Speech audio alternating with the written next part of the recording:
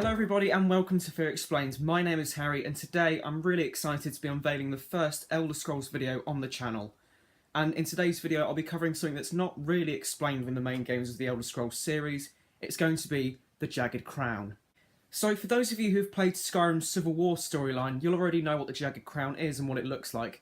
For those of you who don't know, it's a unique heavy helmet.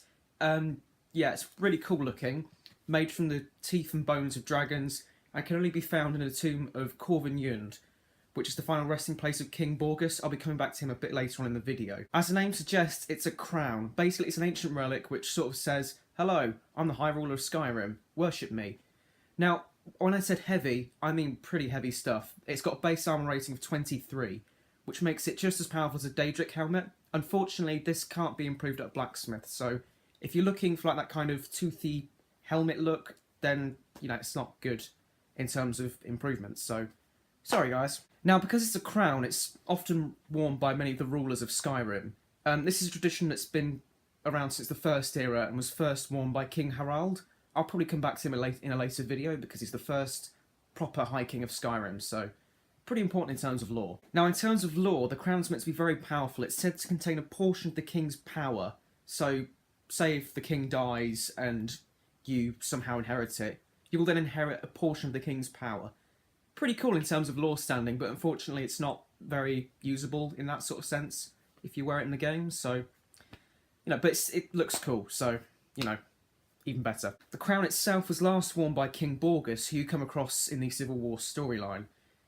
King Borgus unfortunately died during the First Era, during an event called the Wild Hunt in the year 369.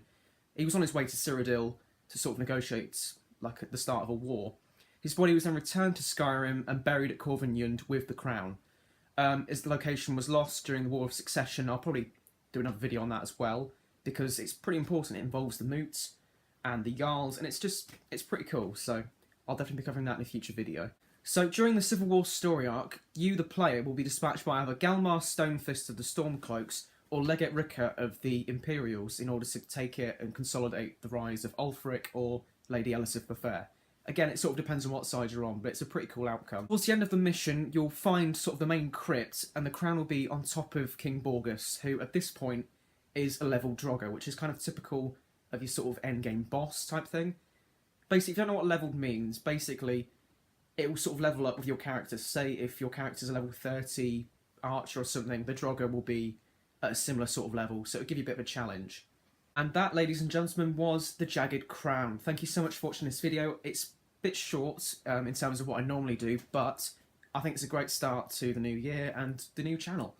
So if you like this video, please leave a like, remember to subscribe, and leave a comment, either anything you'd like to see, or let me know what you think of the Jagged Crown. Personally, I think it's a pretty awesome piece of kit, but you might think differently, so I invite you to share your opinion.